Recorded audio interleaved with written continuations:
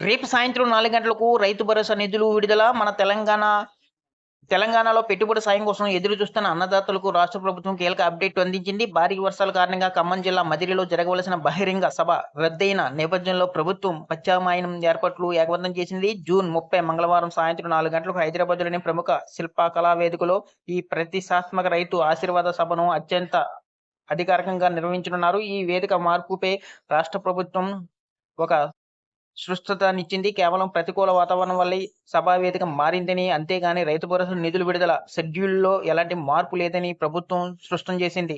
భారీ వర్షాల నేపథ్యంలో చివరి నిమిషంలో వేదిక మార్పు. ఈ వీడియోని ఎక్కడ స్కిప్ చేయకుండా పూర్తి వరకు చూడండి. లేకపోతే మీకు పూర్తి సమాచారం అందదు.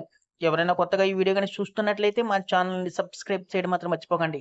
రేపు సాయంత్రం జరగబోయే ఈ రైతు ఆశీర్వాద సభలో ముఖ్యమంత్రి యనమల రేవంత్ రెడ్డి గారు ముఖ్య అతిథిగా హాజరై రాష్ట్ర రైతాంగాన్ని ఉద్దేశించి ప్రసంగించనున్నారు. అనంతరం ఆయన కంప్యూటర్ బటన్ నొక్కి డైరెక్ట్ బెనిఫిట్ ట్రాన్స్‌ఫర్ డెబిట్ పద్ధతి ద్వారా వానాకాల సీజన్‌కు సంబంధించి రైతు భరోసా నిధులు నేరుగా రైతుల బ్యాంక్ ఖాతాలకు జమ చేయనున్నారు.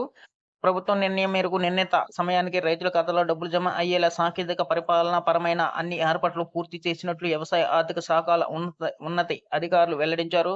లబ్ధిదారులైన అర్హత గల రైతులకు ఎలాంటి ఇబ్బందులు కలగకుండా బ్యాంకింగ్ సర్వర్లు సజావుగా పనిచేసేలా ముందస్తు చర్యలు తీసుకున్నట్లు పేర్కొన్నారు. వానాకాల సాగు పనులు ఊపందుకున్న తరుణంలో ఈ పెట్టుబడి సాయం సకాలంలో అందుతుండటంతో రైతుల్లో హర్షం వ్యక్తం చేస్తున్నారు.